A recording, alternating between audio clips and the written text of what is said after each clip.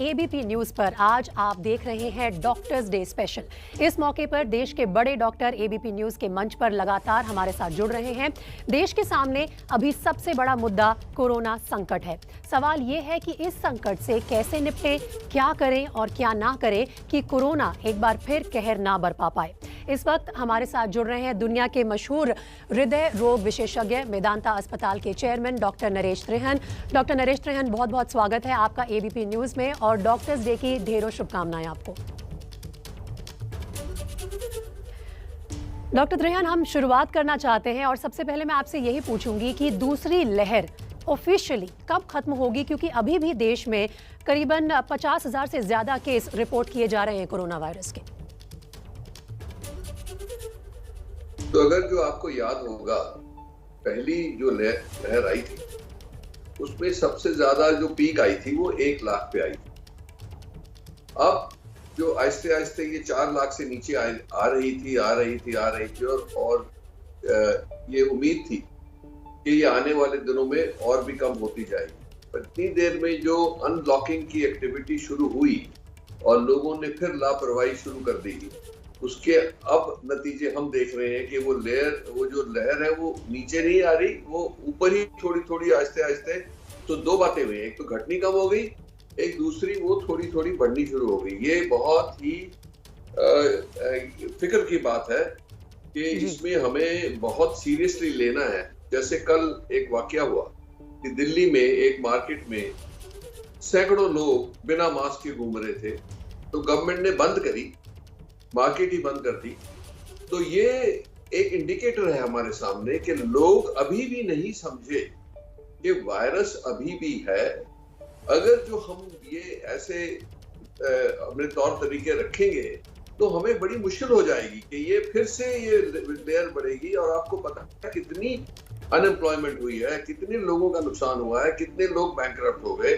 पर अगर जो पब्लिक लापरवाही कर रही है तो उन लोगों को और तकलीफ होगी और कई हजारों लोगों को तकलीफ होगी। तो इसीलिए हमारे को ये बार बार जो हम कह रहे हैं कि भैया हर एक सिटीजन की एक जिम्मेवारी बनती है जी। एक जिम्मेवारी ये है कि आप 2 तरफ से देखें इसको। एक तो आज डॉक्टर्स डे है। डॉक्टर्स डे पे आप लोगों को एहसास होना चाहिए कि कितनी लंबी लड़ाई डॉक्टरों ने और हेल्थ केयर वर्कर्स और फ्रंटलाइन वर्कर्स ने लड़ी है जनता के हित के लिए। अपनी जान पे खेलते हुए लोगों ने अपने हिंदुस्तानियों की सबकी सेवा करी है। अब हमें इतनी तो अप्रिसिएशन होनी चाहिए कि ये लोग जो 18 महीने से हमारी हिफाजत के लिए लड़ रहे हैं, हम उनकी तरफ कोई भी रिस्पेक्ट ना करें। हम उनकी तरफ ये मत सोचें कि हमारा देश बर्बाद हो रहा है तो होने दें, कि अगर जो हम ये लहर पे लहर आएगी तो ये बहुत बड़ी तकलीफ हो जाएगी सबको। तो अगर जो ये कैसे इनको समझाया जाए लोगों को, मेरा तो ये विचार है कि जैसे हमने बोला, आप लोगों ने भी बोला, आप लोगों को मैं भी एक्चुअली प्रेज करना चाहता हूँ मीडिया को, क्योंकि आप लोगों ने भी इसका पीछा नहीं छोड़ा। आप लोग रोज प्रोग्राम कर रहे हो जिससे पब्लिक को ये पता लगे कि भैया वायरस अभी है। और पहली बात तो आपको तकलीफ देगा। आप जानते हैं कि ये नई जो डेल्टा वायरस आए हैं, इसके माध्यम से जो लोग बीमार हुए हैं उनको बहुत लंबा कोविड होना शुरू हो गया है, जिसको हम लॉन्ग कोविड कहते हैं। ये 6-6 महीने लोग सफर कर रहे हैं। तो अगर जो इतना भी अकल नहीं आ रही लोगों को तो बड़ा मुश्किल होगा हमारे लिए। दूसरा, गवर्नमेंट को बहुत स्ट्रिक्ट होना है कि जहां भी ऐसा लगे कि लोग अपने मास्किंग डिस्टेंसिंग नहीं कर रहे, इमीडिएटली कार्रवाई करी जाए वहां पे, जैसे कल दिल्ली गवर्नमेंट ने करी है। तो ऐसा अगर जो हम नहीं करेंगे तो ये फिर से तीसरी लहर की तो बात बाद में करेंगे, ये दूसरी लहर ही तीसरी में चली जाएगी। तो इसीलिए आज मैं डॉक्टर्स डे अपने डॉक्टर्स, मेडिकल फ्रेटर्निटी, अपने सारे हेल्थ केयर वर्कर्स की तरफ से आज पब्लिक को ये फिर से ये मैसेज भेजना चाहता हूँ कि प्लीज आप लोग अभी भी अगर जो 6 महीने और अपना ये कोविड बिहेवियर ठीक रखेंगे तो हम सबको फायदा होगा। डॉक्टरों को, फ्रंटलाइन वर्कर्स को भी ये रिलीफ मिलेगी कि ये कोरोना चला गया। जब तक 70% 80% लोगों को वैक्सीन नहीं लगती तब तक हमें ये बिल्कुल स्ट्रिक्ट डिसिप्लिन रखना पड़ेगा। तो बिल्कुल ये डॉक्टर त्रेहान, हमारी उस ये मैसेज मैं 70-80% के टारगेट से अभी हमारा देश काफ़ी दूर है। और एक बार फिर से हम अपने दर्शकों को ये कहना चाहते हैं कि अगर आप तहे दिल से आज डॉक्टर्स डे पे डॉक्टर्स के प्रति अपना आभार व्यक्त करना चाहते हैं तो सबसे पहले तो जो कोरोना के प्रोटोकॉल्स हैं पिछले 18 महीने से, उनका पालन अभी भी कीजिए। भीड़ भाड़ वाली जगह से दूर रहिए और मास्क पहन कर रखिए। लगातार सैनिटाइजेशन के जो भी आपको सिखाया गया है पिछले 18 महीने में, अपने हाथ धोना, उनको फॉलो कीजिए। तो डॉक्टर त्रेहान, अब आपने बात की कि सरकारों को स्ट्रिक्ट होना पड़ेगा। कल हमने देखा कि लक्ष्मी नगर मार्केट को बंद कर दिया गया दिल्ली सरकार ने, क्योंकि वहां पर लोग कोरोना के प्रोटोकॉल्स को फॉलो नहीं कर रहे थे। तो स्ट्रिक्ट होना एक हथियार है, दूसरा हथियार है वैक्सीनेशन। क्या ये लोगों की सोच गलत है कि क्योंकि अब वैक्सीनेशन आ गई है तो हम खुले घूम सकते हैं? अमेरिका में अगर लोगों ने मास्क उतार दिए तो हम भी एक चांस ले लेते हैं। तो पहली बात तो ये है कि अमेरिका में 60% लोगों को वैक्सीन लग चुकी है, और जहां जहां नहीं लगी थी जिन काउंटीज में और वहां लोगों ने लापरवाही यूज करी, वहां पे भी नंबर्स बढ़ गए, फिर वो लॉकडाउन करना शुरू किया वहां पे। यूके में भी यही हाल है, यूके के नंबर बढ़ रहे हैं तो वो लॉकडाउन शुरू हो गया। तो हमें ये साइकिल बार बार नहीं करनी है। क्यों? कि हमारे देश में इकोनॉमिक कंडीशंस इतनी स्ट्रांग नहीं है, और हमारे जो वीकर लोग हैं उनकी तो आज के दिन भी बहुत ही बुरी सिचुएशन है। इकोनॉमिक सिचुएशन बहुत बुरी हो गई है लोगों की। गवर्नमेंट तो जो हेल्प कर रही है सो कर रही है, पर उसके बावजूद भी ये आपको समझना है कि कितने लोग चले गए, कितने, हर फैमिली में कोई न कोई मृत्यु हुई, हर एक में बहुत सारे लोगों को कई फैमिलीज लपेट में आ गई। उनकी लाइफ, सारी जिंदगी वो नॉर्मल नहीं होगी जिनको सीरियस इन्फेक्शन हुआ है।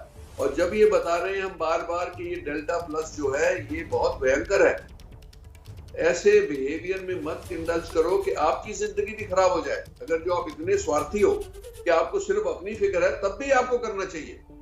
पर अगर जो आपको थोड़ी सी भी अपनी पब्लिक, कम्युनिटी, देश के लिए थोड़ी सी भी फीलिंग है, तो और भी जोर जबरदस्त आप खुद भी करें, अपनी फैमिली को भी कराएं, और कोई नेबरहुड में जो लोग हैं जिनको नहीं वो जो एहतियात कर रहे हैं उनको भी दें, उनको भी करेक्ट करें। तो ऐसे होने से हम एक अपने देश को बचा सकते हैं। जहां जहां लापरवाही हुई वहां हमने नतीजे देखे हैं। जो दूसरी लेयर आई, जो 4 टाइम ज्यादा थी पहली लेयर से, क्यों आई? क्योंकि हमने करवाई, लोगों ने करवाई, हर जगह से हुई। सोशल, पॉलिटिकल, रिलीजियस, सारी फोर्सेस ने मिलके इसको ऐसी लेयर, ऐसी हाइट पे पहुंचाया है कि हम अभी भी जूझ रहे हैं। इसीलिए एक तो वैक्सीन की कोई हेजिटेंसी नहीं होनी चाहिए। ये पक्का पता लगा है कि जिन लोगों को वैक्सीन लगी है दोनों डोज, जैसे हमारे हेल्थ वर्कर्स को भी लगी है, उनके अंदर बहुत ही कम संख्या में इन्फेक्शन हुआ है। इसके बावजूद भी कि हम रोज जो कोविड पेशेंट्स हैं उनकी सेवा करते हैं। अगर जो ऐसा हुआ है तो जो 5-7% को हुआ भी है, बहुत माइनर हुआ है, और कोई उनमें 1-2 मृत्यु हुई होंगी। तो इसलिए ये तो जाहिर हो गया कि वैक्सीन प्रोटेक्टिव है, इसके कोई भी बुरे साइड इफेक्ट्स नहीं देखे गए जी। इसीलिए अब जो हेजिटेंसी लोगों को पहले होती थी, अब ये आंकड़े देखते हुए उनको समझ आ जानी चाहिए कि वैक्सीन सेफ है, हम सब ने लगवाई है, और हम सब फंक्शन कर रहे हैं। किसी को कोई वैक्सीन से तकलीफ नहीं हुई है। किसी को माइनर बुखार या कोई रैश या कोई हेडेक वगैरह हुआ हो तो वो भी चला जाता है। पर ये देखोगे कि आप जो विजुअल्स आप लोग दिखा रहे हैं, ये यही दिखा रहे हैं कि कितनी लापरवाही कर रहे हैं लोग।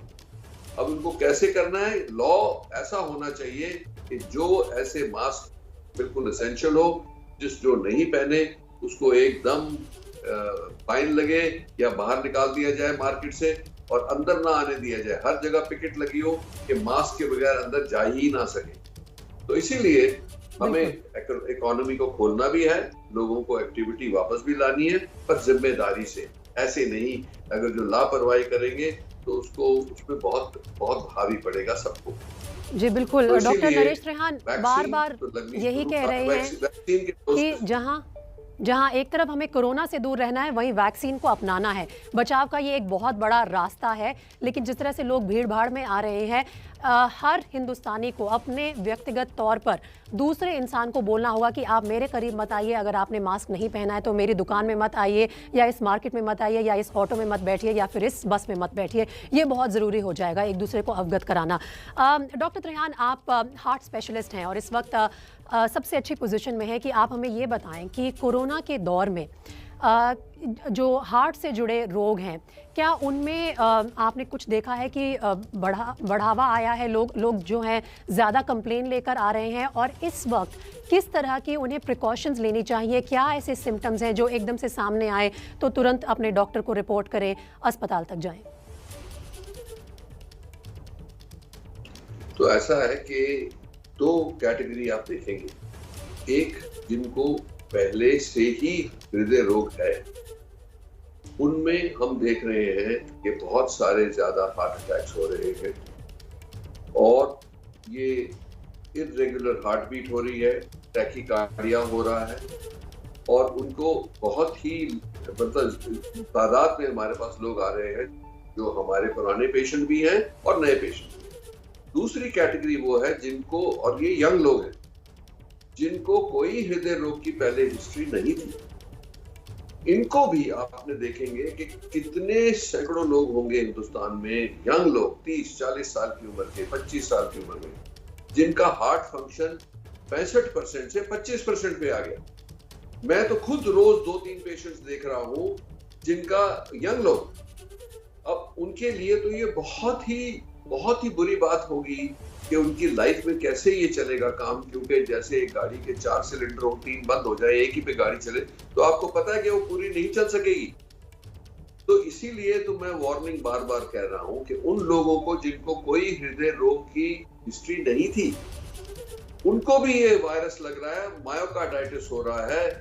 इसकी वजह से, लॉन्ग कोविड की वजह से ये ऐसा होगा कि उनको बहुत टाइम लग जाएगा। अगर जो वो रिकवरी कर भी सकते हैं तो उनकी ट्रीटमेंट तो हम कर रहे हैं, पर मैं ये बताऊं कि उनके लिए चेहरे देखने चाहिए, उनके लिए कि क्या निराशा है उनके चेहरे पर कि भैया मेरा हार्ट अब 25% काम कर रहा है और मैं कैसे जीऊंगा, मैं छोटी उम्र का हूं।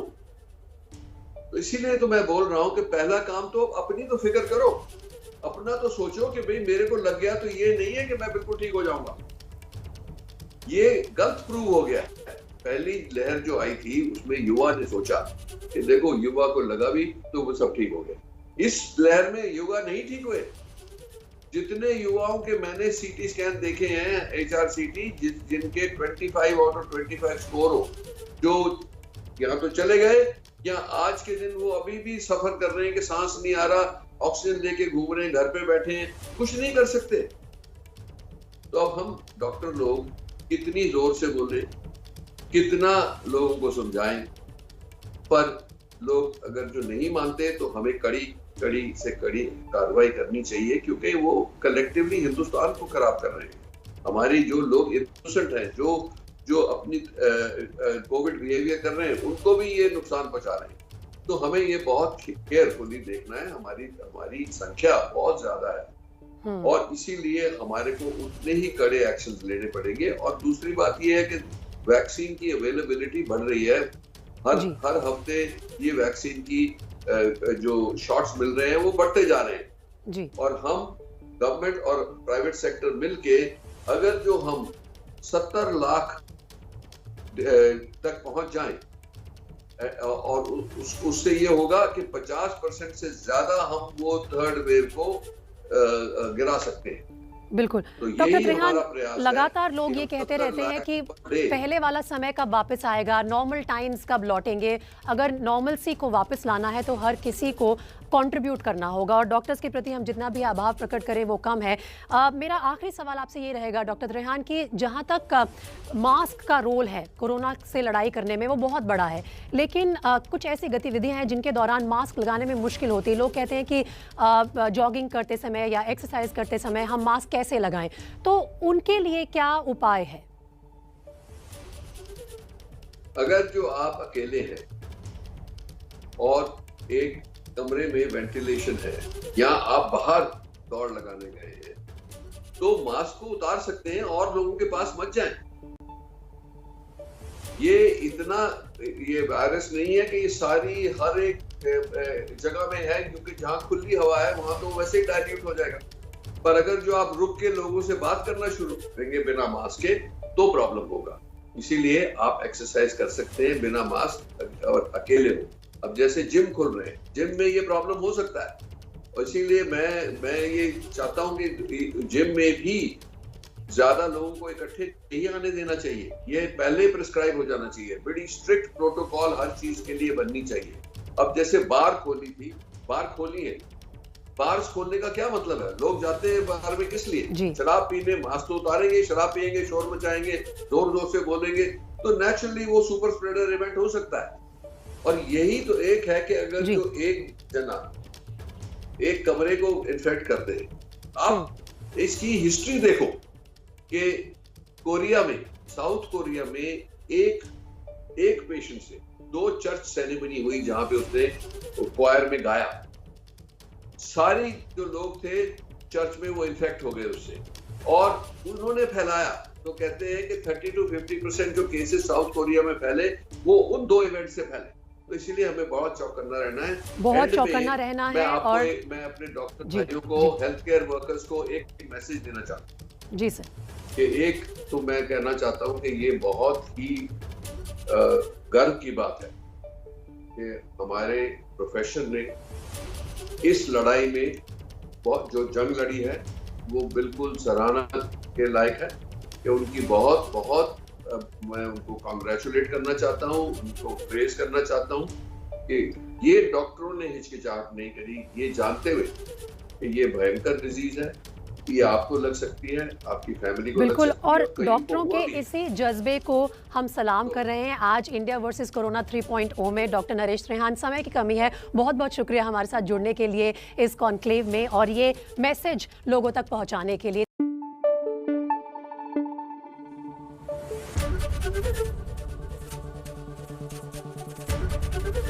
एबीपी न्यूज आपको रखे आगे।